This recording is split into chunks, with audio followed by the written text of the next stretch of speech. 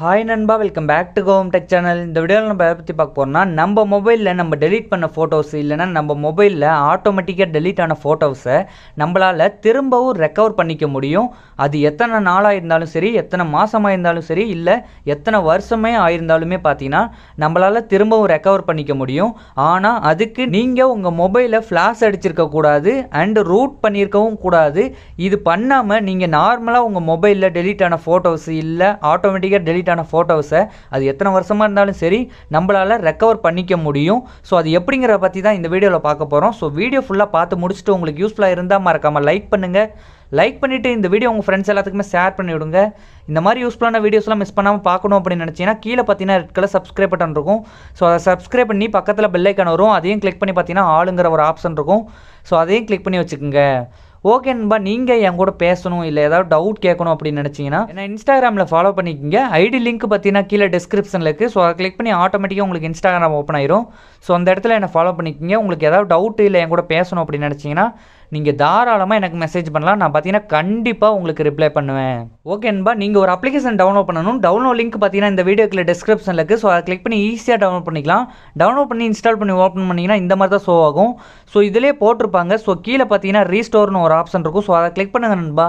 So அதை click பண்ணிங்கன்னா உங்கள் மொபைலில் ஒரு சில பர்மிஷன் அலோவ் பண்ண சொல்லுவோம். ஸோ அதை மட்டும் அலோவ் பண்ணிக்கோங்க. ஓகே நண்பா, அலோவ் பண்ணதுக்கப்புறம் கீழே பார்த்தீங்கன்னா ரீஸ்டோர் டெலிட்டட் ஃபோட்டோஸ்னு ஒரு ஆப்ஷன் கொடுத்துருப்பாங்க. ஸோ அதை கிளிக் பண்ணுங்கள்.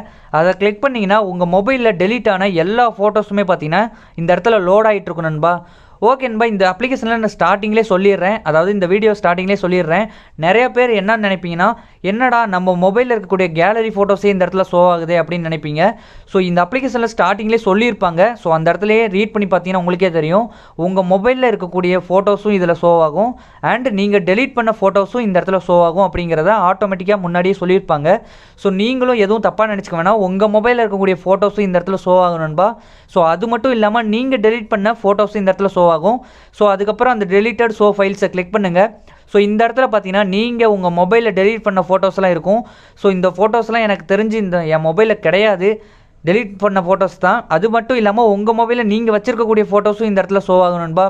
ஸோ அதுக்கப்புறம் இதில் உங்கள் மொபைலில் நீங்கள் டெலீட் பண்ண ஃபோட்டோஸ் எதுங்கிறத செலக்ட் பண்ணிவிட்டு அதை ஒன் டைம் கிளிக் பண்ணிக்கோங்க நண்பா. அந்த மாதிரி ஒன் டைம் கிளிக் பண்ணிங்கன்னா இந்த மாதிரி டிக் ஆப்ஷன் வரும். உங்களுக்கு எந்தெந்த ஃபோட்டோஸ்லாம் வேணும் அப்படிங்கிறத செலக்ட் பண்ணிவிட்டு கீழே பார்த்தீங்கன்னா ரீஸ்டோர் நவுன்னு இருக்கும். ஸோ அதை கிளிக் பண்ணிக்கோங்க.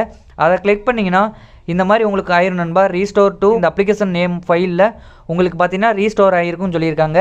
ஸோ இந்த மாதிரி உங்கள் மொபைலில் டெலீட் பண்ண ஃபோட்டோஸ் எதுவோ அதெல்லாம் செலக்ட் பண்ணிவிட்டு நீங்கள் ரீஸ்டோர் பண்ணிக்கலாம். ஓகே நண்பா, இந்த வீடியோ உங்களுக்கு ரொம்ப யூஸ்ஃபுல்லாக இருக்கும்னு நினைக்கிறேன். யூஸ்ஃபுல்லாக இருந்தால் மறக்காமல் லைக் பண்ணுங்கள். லைக் பண்ணிவிட்டு இந்த வீடியோ உங்கள் ஃப்ரெண்ட்ஸ் எல்லாத்துக்குமே ஷேர் பண்ணி விடுங்க.